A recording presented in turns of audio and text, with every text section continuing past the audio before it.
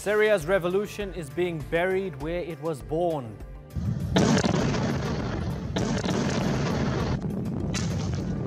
Assad's forces gain ground in Daraa province, forcing 250,000 people to flee. Is it almost over for the opposition? I'm Imran Garda, and today's Newsmaker is the battle for Daraa. They call it the cradle of the Syrian revolution. It was in Daraa province where a mass uprising sparked the 7-year war, which caused Bashar al Assad to lose control of his country. Now the region is the opposition's last stronghold in the south. A 2-week military offensive and a string of Russia-brokered deals have allowed the Syrian regime to take over most of the province. Now on the back foot, opposition forces are deeply divided over whether to accept a peace deal. So, if Daraa falls, could this spell the end for the revolution? Or will the rebels regroup and live to fight another day? Natalie Perhernan reports.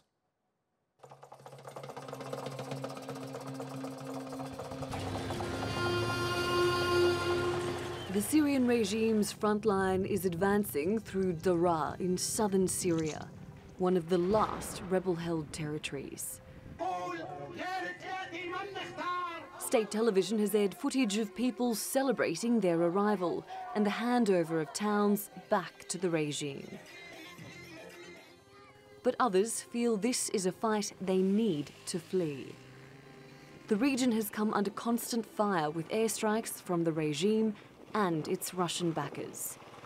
It's considered the cradle of the Syrian revolution, and the rebels are still fighting in Daraa city. Lawrence Adam is an activist there. أخي العزيز أنا لم أشاهد القصف أنا كنت تحت القصف لم أشاهد القصف ولكن أنا خرجت من تحت القصف أنا خرجت من عدة أبنية بسبب الغارات الروسية التي هي دقيقة الإصابة. He says living conditions are becoming dire. عدم توفر الأدوية الطبية، عدم توفر حليب الأطفال، عدم توفر المستلزمات الطبية للمرضى ذو الأمراض المزمنة كالسكري، الضغط، السرطان، مرضى الكبار في السن، كل هذه الأمور غير متوفرة. كوارث تحدث الآن على الشيك مع الأردن الشقيق وعلى الشيك مع الجولان المحتل. The UN says more than 270,000 people have now been displaced in southwestern Syria. The region is a de-escalation zone as agreed last year by Russia, the United States and Jordan. It's meant to be an area of reduced warfare. But this video from the Syrian military shows rocket launches and missiles being fired by its troops in June. A reminder for the people of Daraa that even under the cover of darkness, the regime is expanding its area of control.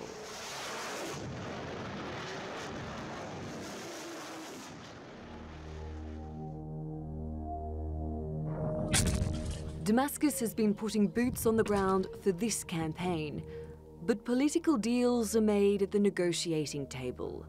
Jordan has been mediating talks between Syrian ally Russia and the rebels.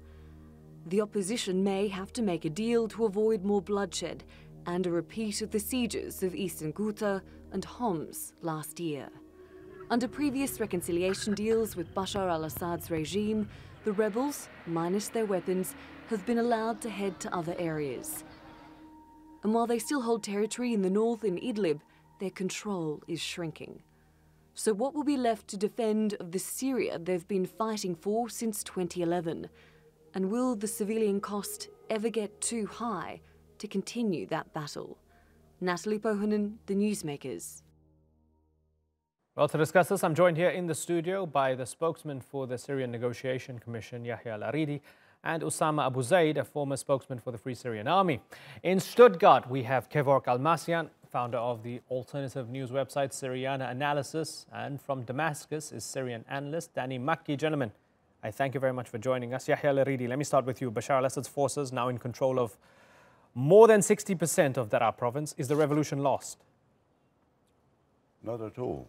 Why? Because the struggle in itself between the regime and its people is not a military one in the first place.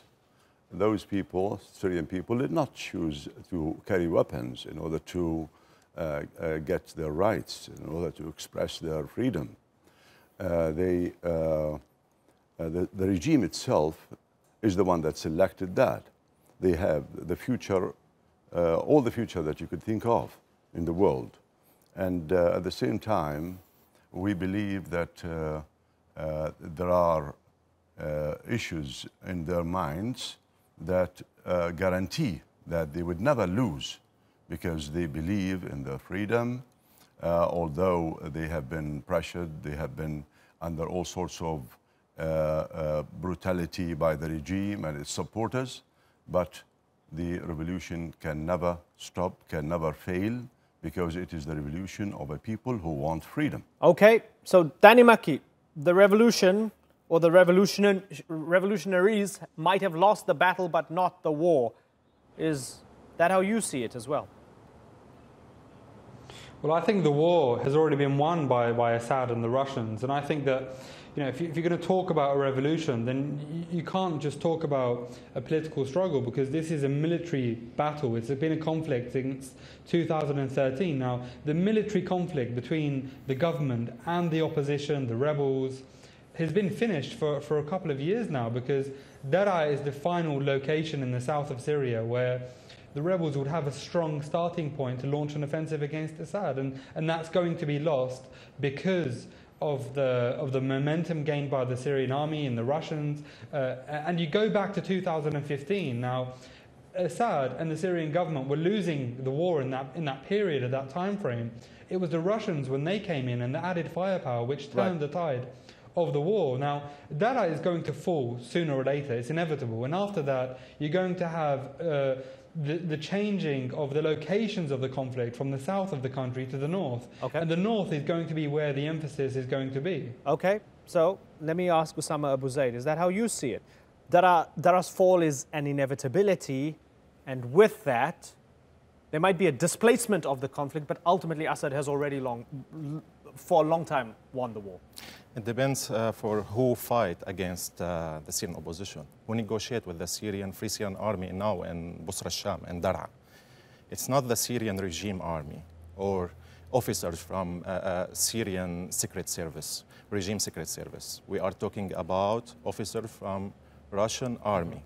So that's very important point to know, to understand what's going on. We are talking about occupation in Syria.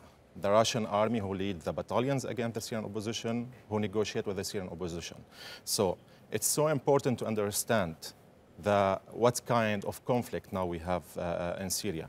So to be honest, the understandings about Syria, it's fragile understandings. So 1 year ago, we have the escalation zone agreement between Russians, US, Jordan, about the south, and now the Russians destroyed this agreement. Right. So that's mean direct threat to Turkey, because of Turkey is the guarantors of the escalation zone and north. Not much de-escalation in the de-escalation zone as things stand. Kevork, is that the truth? Without the Russians, Assad would have been long gone, and ultimately this is the Russians versus the opposition in all their shapes and colors. Actually, this is a theoretical question. We don't know whether or not the government of Syria would have fallen in 2015 or in 2016 if the Russians didn't intervene at that time by the airstrikes against ISIS, al-Nusra and other terrorist organizations. But we have to be careful in choosing the terminologies when we speak about, for example, the recent conflict in Daraa. In my opinion, this is a conflict between Syria and its allies, represented by the Russians, the Iranians, Hezbollah and others, against the MOK, the office of MOK, which is in the operational room for coordinating the military affairs of the armed opposition groups in the southern part of Syria, including Al-Nusra Front, which is on the terrorist list of the UN Security Council. And the de-escalation zone... The American President Trump stopped MOK 1 year ago. So there is no MOK now. There is no military support for the Syrian opposition. So it's from the past. You have to update your information, I guess. Excuse me, sir, I didn't interrupt you. This is only in the media that the mock operation room has been dismantled. However, the Saudis, the Jordanians, and even the British, they still have the operation room, and they have military presence in Al Tanaf crossroads. And even Israel, yesterday, they opened the border crossing with the Quneitra, and they supplied the militants, including Al-Nusra Front and ISIS, with logistical and military support. So we are not talking about the people against the government or a government against the people. We are talking about a proxy war between different powers. They are supporting different players underground, and eventually who is following the situation underground will understand that the Syrians and their allies are winning the war, and the opposition should not be arrogant in this regard. They should join the negotiation with the Syrian government in order to settle this. This is interesting. Where's Israel stand now? I want to ask you, Kevork, just for clarification, because as far as I understood what you said, you were saying that the Israelis were funding jihadis to destroy the Syrian state. Is that what you actually really believe? Yes, of course. This is not my belief, actually. It's even the UNDOF, the UN forces in the Golan Heights. They said that there is a regular meeting between the Israeli forces and these rebels, the so-called rebels in the borders with the occupied Golan Heights. And we all know that those who are occupying the area in that particular location is Al-Nusra Front on the UN Security Council terrorist list, and Daesh and ISIS on the UN Security Israel Council supporting terrorist list. Al-Qaeda and Daesh, according to you? No doubt. There hasn't been? No doubt. According to the UN, no, not according to me. I think you're quote mining the UN there, but that's a different discussion. Anyway, I just wanted for clarification. You say the Israelis are supporting Daesh and Nusra Front as well. Yahya Al-Aridi, let me go to the broader argument of that. There's an argument from those who support Bashar al Assad, who say that in Daraa particularly, it's jihadist laced. This isn't sort of mainstream opposition. These are jihadi groups, and they might be used as proxies by outside forces. Is that true? Well, let me pick up on certain things that have been said just by your guest from the masks. Yes, Danny Mackey. Right. But answer the question first. And I connect the two ideas together. Actually, there was a de-escalation zone in the south, which was different from other de-escalation zones in Syria. The difference lies in the fact that the United States is a factor in this. And at the same time, it is, with regard to geography, it's close to Israel.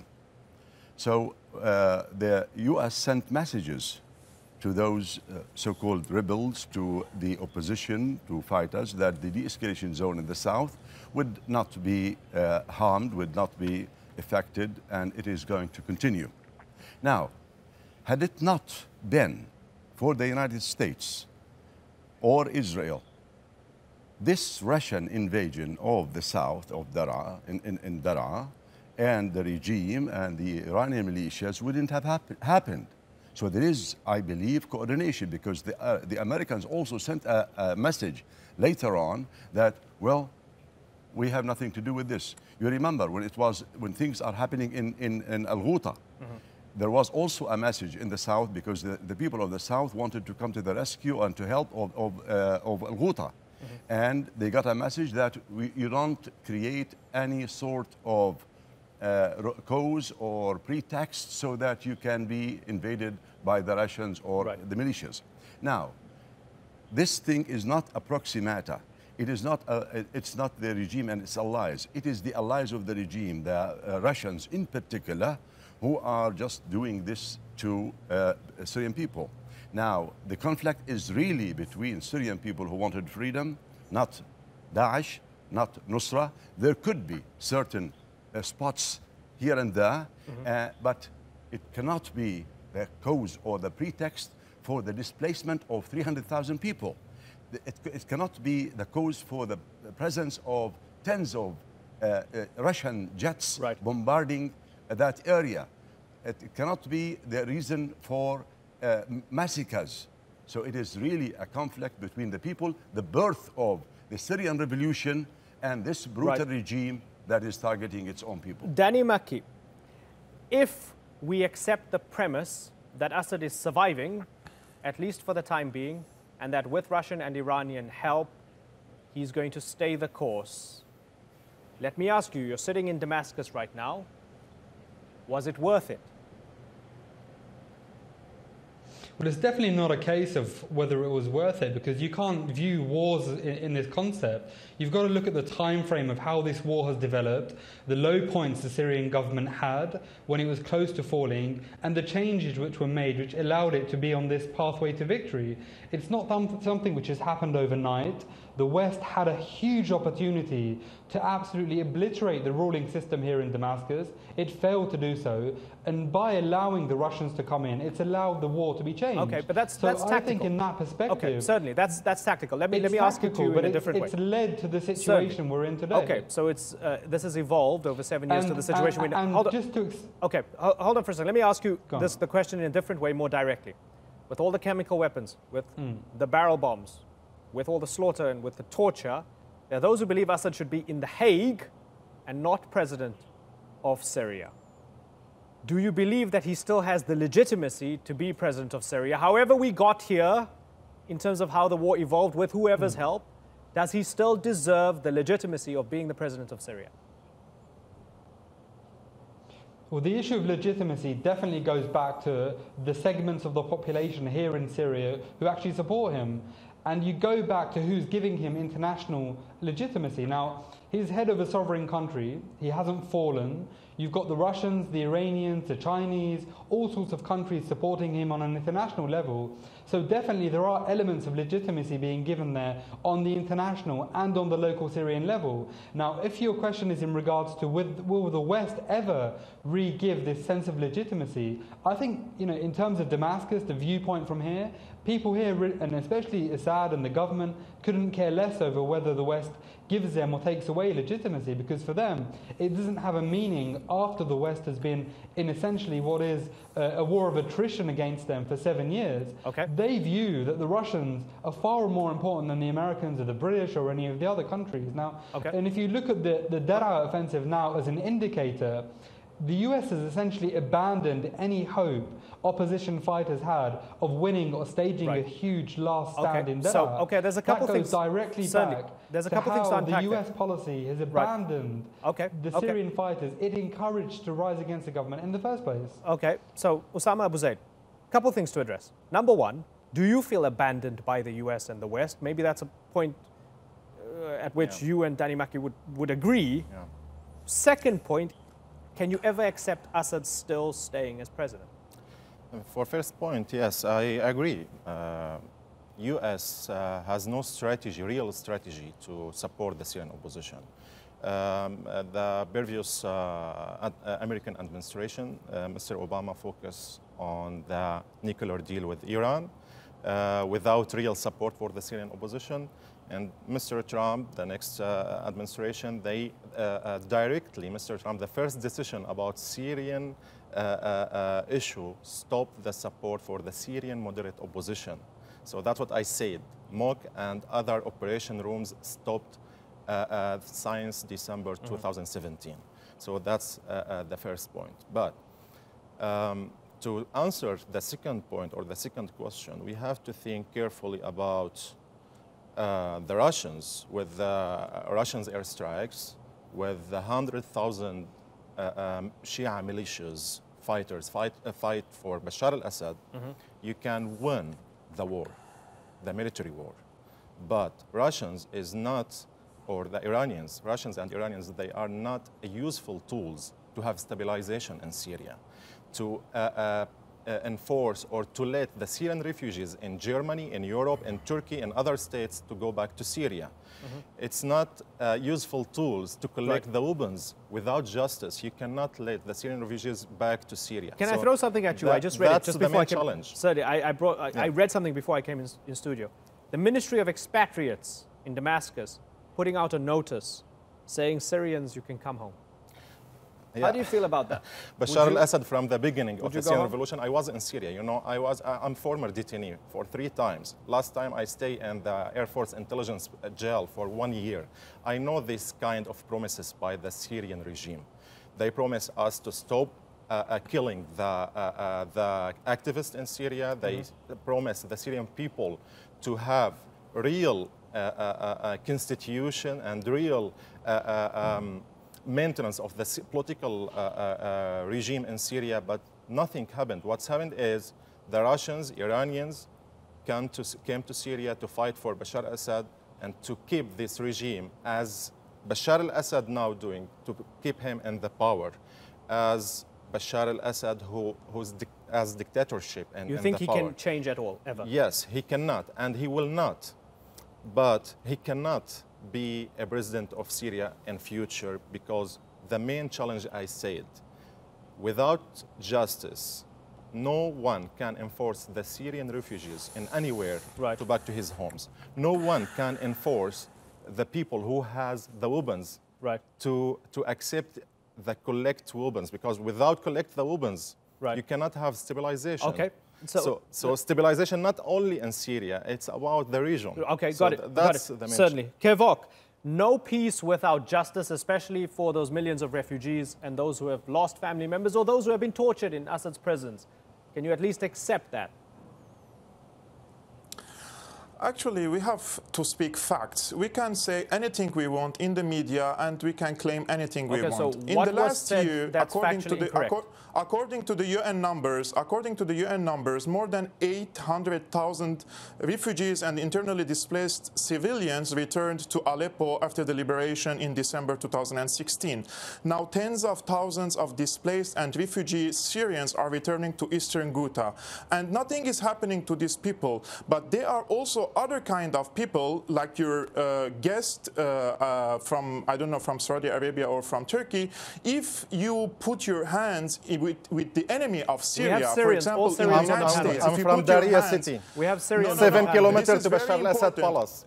7 kilometers to Bashar al Assad Palace. My apartment, if you 7 are in kilometers any to Bashar al Assad government Palace. and you put your hands with the hands of your enemy and try to overthrow the government of your country, you will be arrested. Which is killed by Jamil Hassan in Air Force intelligence prisons. So please keep answer the question and don't talk about me or my city or where I'm from. Answer the question. Please, you cannot, sir, I didn't interrupt you. I didn't interrupt you, so you have to listen to me. Go ahead, I didn't interrupt you, so I gave you all the opportunity democratically to express you have a your chance, opinion. Go ahead. This is the kind of a revolution. This is a kind of a revolution that you are trying to export to Syria. This is a new kind of dictatorship you are trying to build in Syria. That's why the majority of the Syrians are opposing to. You are not accepting the other. I have no barrels in my pocket. The other side, not only I have no not only for interruption. The people who oppose your narrative in Syria are being beheaded on daily basis. They are being stoned to death, whether it's in Daraa, whether it's in Idlib. This is not the kind of Syria that we want for the Syrians, for the 24 million of Syrians. We don't want a Wahhabi style of life in Syria. Nobody here has given any inkling to being Wahhabis or wanting extremism. I want to wrap up with Yahya Al-Aridi very briefly. Sir, wrap us up. Where do we go from here? I think we have before us two banks of the river. The narrative that's coming from your guests, when he just accused others of just being terrorists or being people unable to communicate or to deliver their messages properly, and they are exporting a revolution. No, we didn't export a revolution. People came out to the streets and asked for freedom. The regime cannot continue as such, because the files of crimes, the brutality that's being exercised, no Russia, no America, nobody, no Israel can help this regime and come back to power.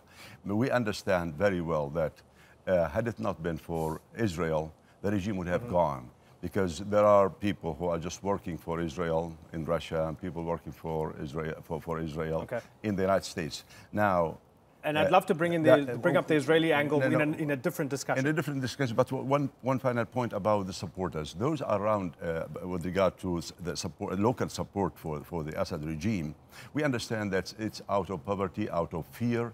They cannot do anything. They cannot go out.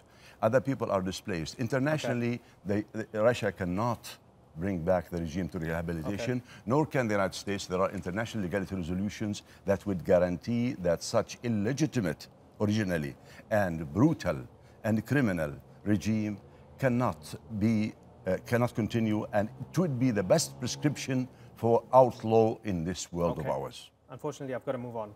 Gentlemen, I thank you all sincerely for joining us here on the Newsmakers. Yahya Laridi, Usama Abu Zaid, Kevo Kalmasian and Danny Maki. Thanks again.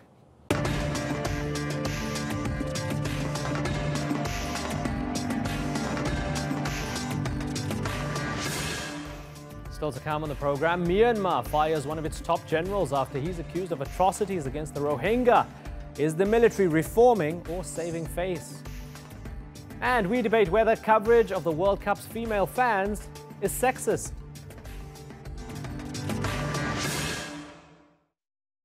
Myanmar's government might finally be holding its military accountable for what's been described as ethnic cleansing. Around 700,000 Rohingya Muslims have been forced to leave Rakhine State in the past year. And in a shock announcement, the government fired one of its top generals and forced another to retire. But the sackings took place just after the EU announced new sanctions against 7 top military officials. So, could this be real change? Bear in mind, the generals were not explicitly fired over atrocities, but for what the army called underperformance in responding to militant attacks. Well, with more on this story, here's Shoaib Hassan.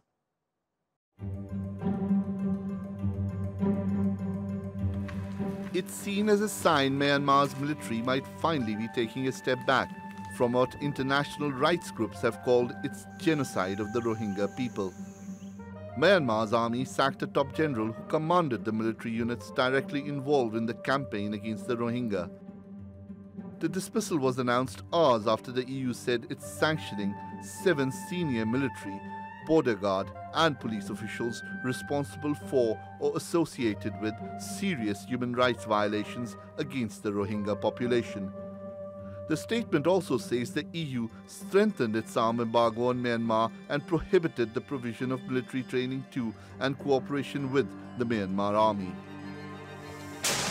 Myanmar's High Command says Major General Maung Maung So has been removed for his failure to deal with attacks by the Arakan Rohingya Salvation Army, a Rohingya militant group. But the international observers say his sacking happened after unrelenting pressure from Canada and the EU. But again, this is an issue that should be nationally owned. The solution needs to be found by the Myanmar people, for the Myanmar people. The international community is there to raise awareness and to support, but certainly not to add another layer of complexity. The EU's clout has grown inside the former pariah state since international sanctions were lifted in 2012. It's now involved in the training of security personnel and the supply of equipment, something that's of great importance to Myanmar's resource-starved military. China remains its biggest supporter, but military aid has increased substantially from the EU and Australia. So, does the firing of the general mean Myanmar's military is finally bowing to international pressure? Or is it just a tactical retreat in the face of overwhelming condemnation? Shoaib Hassan, the Newsmakers. Well, joining me now in the studio is La Zhou. He's the chairman of the European Rohingya Council and a coordinator of the Free Rohingya Coalition. In Yangon, we're joined by political analyst Bo Cho Nine. Also with us in Falmouth, Massachusetts is the Deputy Asia Director of Human Rights Watch, Phil Robertson. Thanks all of you for joining us. Let me start with you, La Zhou. It's good news, isn't it? If they're sacking generals and they're punishing generals at a time when Myanmar is being accused of terrible atrocities against the Rohingya, it shows that something positive is happening, right? No, I don't agree with that, because it is even more, it is dangerous, because this move, firing of 2 generals by the military, is fooling international community, and also it's a kind of PR exercise. And they have been successful in doing so, because I just give you an example. Immediately after publishing this news in the Ministry of Defense Facebook page, the CNN come up with the title, okay, Myanmar military is firing 2 generals responsible. Because it's the news. No, yes, but it is not, even the military didn't claim that they fired 2 generals because they committed international crimes. Oh, so you think it wasn't for that? It was, and they have publicly said they were fired because they were weak in cracking down of this crisis. Okay. It is what they said. Okay, so Bo Cho Nine, this is a PR exercise. These guys are being fired because they're not cracking down on the Rohingya hard enough, rather than as justice and accountability. Is that how you see it? No, I don't see it that way.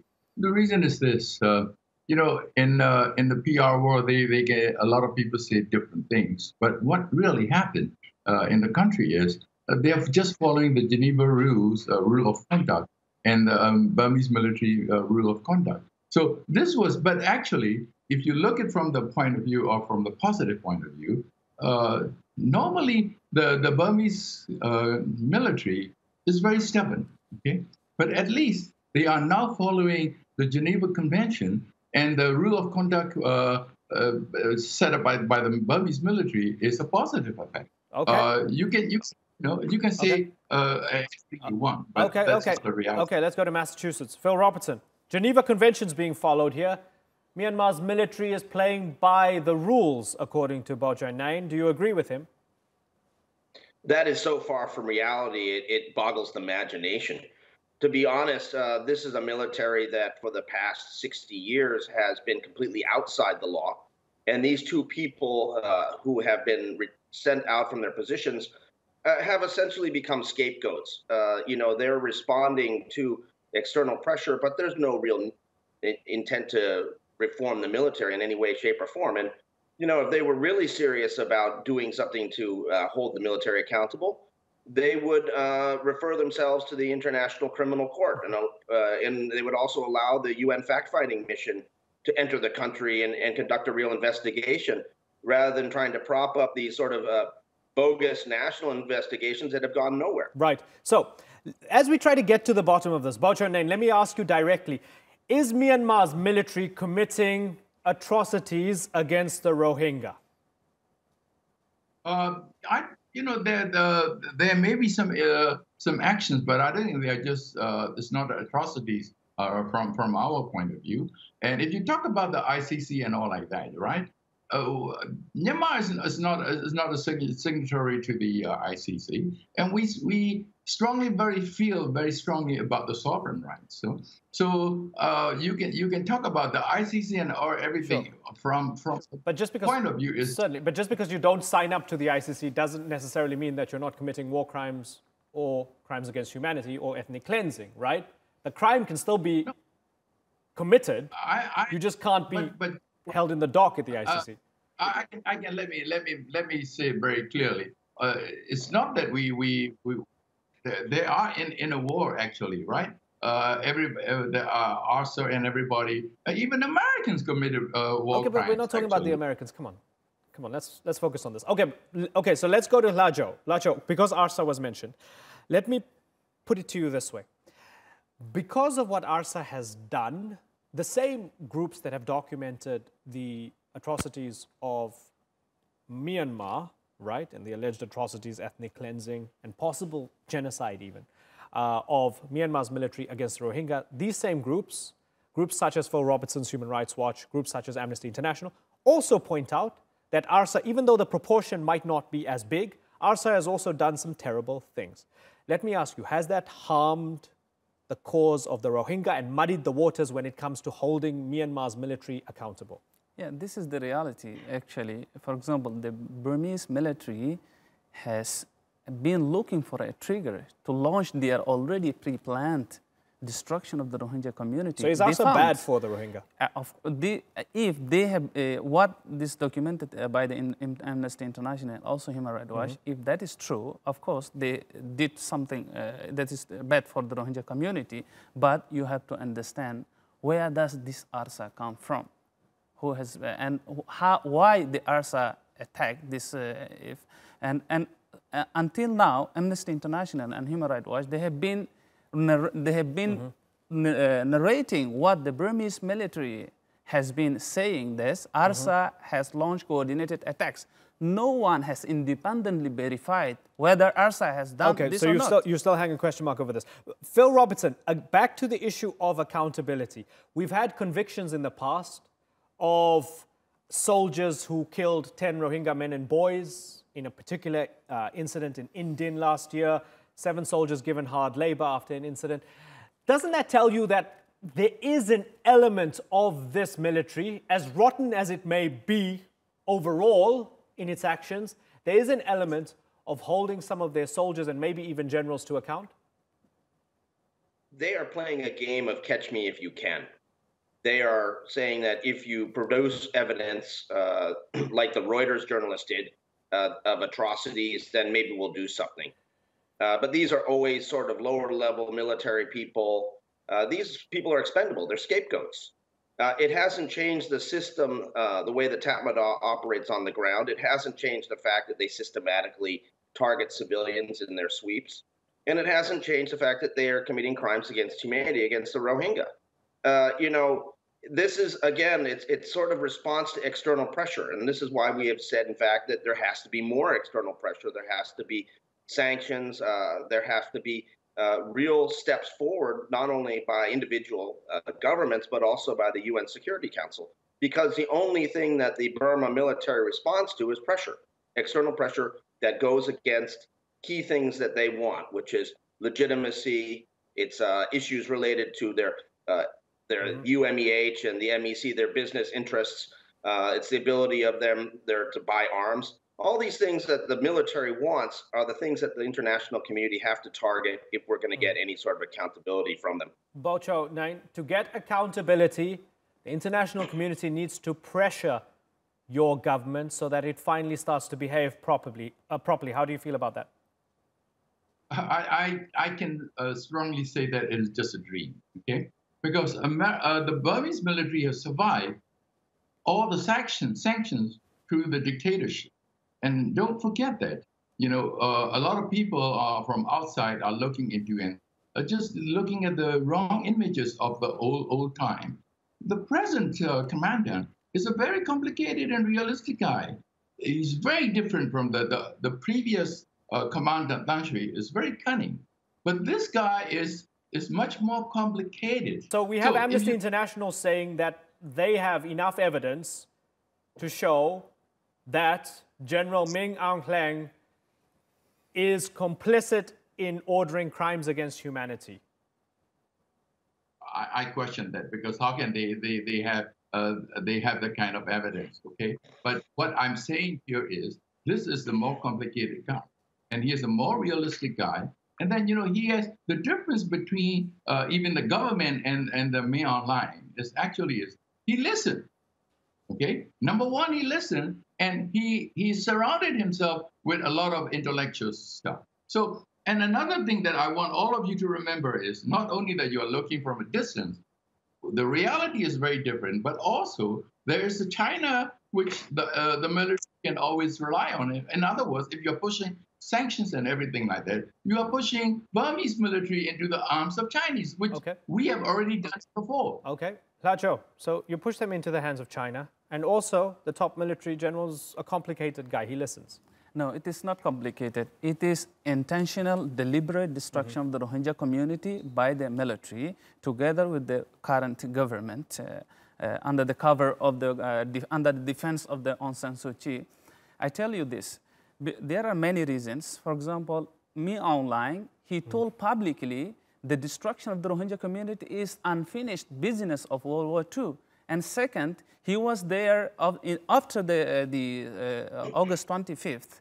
He was there on the ground, taking all there is nothing happened inside Myanmar without detailed knowledge of the commander-in-chief. So he is the responsible. If any military is held into account, he must be the first to be held into the account. So the international EU's sanction on the Min Aung Hlaing is meaningless, ineffective, because they have so many generals in reserve. You should not forget that Myanmar military has a tradition when a general or a military commander is out of date, out of use, no need to use on the ground, or mission accomplished, and they replace another one by saying, okay, we fired this one, okay, this is to full international community. Let me go to Phil Robertson to talk a bit more about the international community. Phil, I know as Human Rights Watch you want sanctions, you want more pressure. The Australians say we need to engage. We don't want to cut ties. We need to engage. We need to keep them on side. We don't want them to spiral off or retreat or recoil into isolation again. We even have, in the US, the Senate Majority Leader, Mitch McConnell, sort of blocking new legislation or holding up new legislation at the moment, which would call on Myanmar to treat the Rohingya better. That's what's happening from the likes of the Australians and the Americans. Do you have any sympathy for that argument that we need to keep on engaging with them? If we punish them too much, maybe, as we heard from Bo Cho Nang, they'll just spin off and join the Chinese, and maybe that's the worry.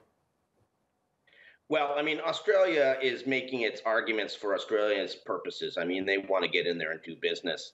They're playing the same game in Vietnam, Cambodia, and other places. And, you know, unfortunately, we don't really even consider Australia part of the sort of like-minded group of rights-respecting governments anymore. They're really playing realpolitik. In terms of the U.S., I think that this is still a situation that's, you know, developing in terms of what's going to happen on Capitol Hill. But let's remember that, you know, the Burmese army was in very close with the Chinese government, and they moved away from them. They moved away from them because they wanted to have international legitimacy. They got tired of the Chinese selling them lousy weapons, and they were concerned about Chinese encroachments on sovereignty, you know. And so the issue of China is not something they're going to immediately run right back to. You know, sanctions have worked in the past on the Burmese military.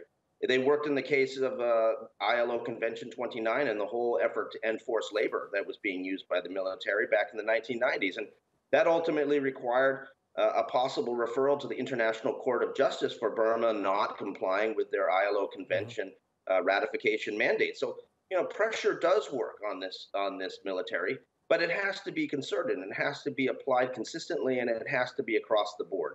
And when we see that, then I think we'll see a dialogue coming up from this military. Okay, so Bo Cho Nang, are you running out of friends, or will you run out of friends eventually as the evidence mounts of atrocities? I disagree. You know what? A lot of these guys are dreaming. If you look at this sanction stuff, without the American, any sanction is basically useless. Now, that's number one.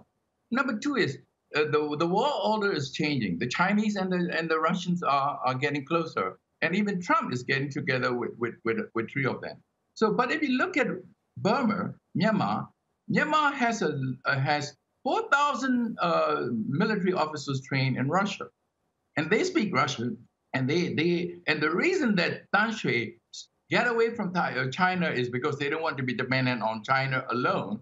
And now, Russia is another card that Burma has not used yet. In the new world order, where the Russia and China is getting acquainted to naturalize together. And, but you do understand, Bo Cho Nang, we're talking, I mean, essentially, you're talking the realpolitik and you're saying they have options, right? So don't try and squeeze Myanmar, they have options. But that still doesn't make it right to ethnically cleanse people or kill them just because you have options. Look, ethnic is just an accusation, right? Look at it. In Nigeria, they are killing the Christians, okay? But you're bringing up other countries again. It doesn't make it right just because Myanmar has China or Russia or anybody else. If there's a crime being committed, there's a crime being committed. The political reality is the ethnic cleansing is just an accusation. Okay. Just if you, I'm sorry to say, but like, you know, the Turkish killing. There's another country you brought up. Nigeria, Turkey, the United States. Okay, never mind. Okay, you're not going to answer me directly. Anyway, we are out of time. Gentlemen, it's been a pleasure talking to all of you. Hla Joe, Bo Cho Nang, and Phil Robertson. Thank you very much for joining us on the Newsmakers. Thanks.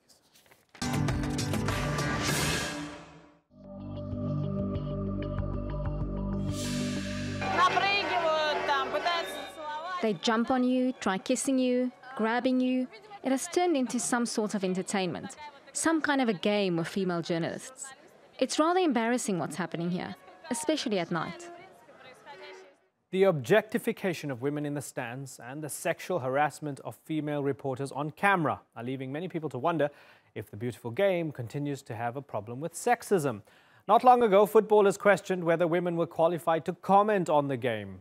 While that mentality is mostly in the past, there are still instances of women being treated differently on and off the field. Last week, Getty Images was forced to take down a photo gallery called The Hottest Fans at the World Cup. And Brazilian journalist Julia Guimarães fought off a fan who tried to forcibly kiss her during a live report. Let's talk now to Amy Drucker. She's a photographer and founder of This Fangirl, a blog dedicated to changing how female football fans are portrayed. Amy, good to have you on the Newsmakers. It's been a great World Cup. There have been some fantastic games, but has it been laced with sexism, and has the coverage been sexist? Well, I think you're right. It has been an incredible World Cup. There's been some amazing matches that have had me on the edge of my seat from the very beginning to the very end. And it's been a brilliant thing to be a part of, especially as what we're doing with This Fangirl. But I think it is undeniable to see that there have been a few cases of sexism in the World Cup. And I think there's a lot that can still be done to include women in the sport, from allowing them to do their job, allowing them to report, allowing them to be a reporter of the game. I think it's awful the way that the Brazilian reporter was kissed by a random man in the street. That's not what football's about, and it's really unfair that women are unable to do their job in football. Right. So, Amy, has it been a microcosm in Russia of a culture? And if so, what is that culture? I'm not so sure if it would be a microcosm. I think it's these sort of things get picked up by the media. I think it's very easy to put out articles that are sort of showing the sexy female football fan. People love seeing beautiful women in football tops. I think the issue is I think you've got to just ask about the representation. I think there's a lot of women all across the world who support their team, and it's not just the most beautiful ones that are always captured, and that's absolutely what This Fangirl tries to do, is try and address that representation. I'm not necessarily sure if it's a problem within Russia. I think it's actually a little bit of a problem of the wider media, to be totally honest. Right. And so there are those who say, okay, be that as it may, yes, it's bad, but there have been some strides made over the past few years. It's more normal to have a female pundit, an ex-player maybe, on a panel along with men talking about men's football, a female commentator talking about men's football. For those who say, well, in context, the positives kind of outweigh the negatives because we've come a long way, your response would be what? I think, yeah, absolutely. It's been incredible to see Alex Scott and Eni on these panels, and these women that I've been watching in female football for a really long time. And you're right, absolutely. There are women who are getting more involved in football. I think what you have to look at, though, is actually the retorts to these women. So a lot of people in the UK especially have been sort of shouting quite loudly about the fact that they don't like women pundits because our voices are too shrill, too sharp. They don't care for female opinion within football. So yeah, while there is a little bit more visibility, I think, to be honest, it goes down to a much wider conversation about women having a voice in football, and that's still something that I think people need to fight against. So broadly speaking, are women in many ways still sexual accessories to a testosterone-fueled battle on the field? Is that how men perceive women in football? I would absolutely not say that about every single man. I've been going to football with my dad since I was about 5 years old, and I know for a fact that's not how he feels. And it's not the way that a lot of men feel in general, actually. We've been to a lot of games in the UK, and that's not necessarily the approach. Most, actually, of the men that we've we've been in contact with have been so supportive of what we're doing. But you can't argue the fact that the images are portrayed do put forward a very sexualized image of fans, and that's ultimately what we're trying to change. Right. And how do you change that? Because it is a culture that you want to change. You have governing bodies such as FIFA, mainly made up of old men, right? You have bodies, you have, I guess in the UK, in England, you have the FA and others. What do you do? Do you start from the grassroots up, or do you start from the top down? Do you kind of legislate this in? I don't know how it works. I think that's a really good question, actually, because I think what you said, it's a top-down, it's a sort of bottom-up approach. So the FA have done incredible things over the last couple of years to really, really enforce a lot of female participation in football. So that's at a school level, that's encouraging more women to get involved in the coaching aspects of it, in the managerial aspects. There's only so much that they can do. So that's where the grassroots projects like This Fangirl come in, because ultimately it's about visibility. It's about showing that women are there week in, week out, whether it's raining, whether it's snowing, whether it's beautiful, glorious sunshine. Women are there, and we want an opinion in it. Yeah. Why do you think fans grope female reporters? I don't know. I'm not sure if I could answer that one. Yeah. I guess it's just opportunist. It's just the fact that they think they're able to do it. I think that speaks of a much wider problem, to be honest. Okay, so we're in 2018. The World Cup's in Russia this year. 2022, it's in Qatar. What do you want to see happen in the next 4 years in the build-up to that World Cup, which will make you think, hey, we've made progress?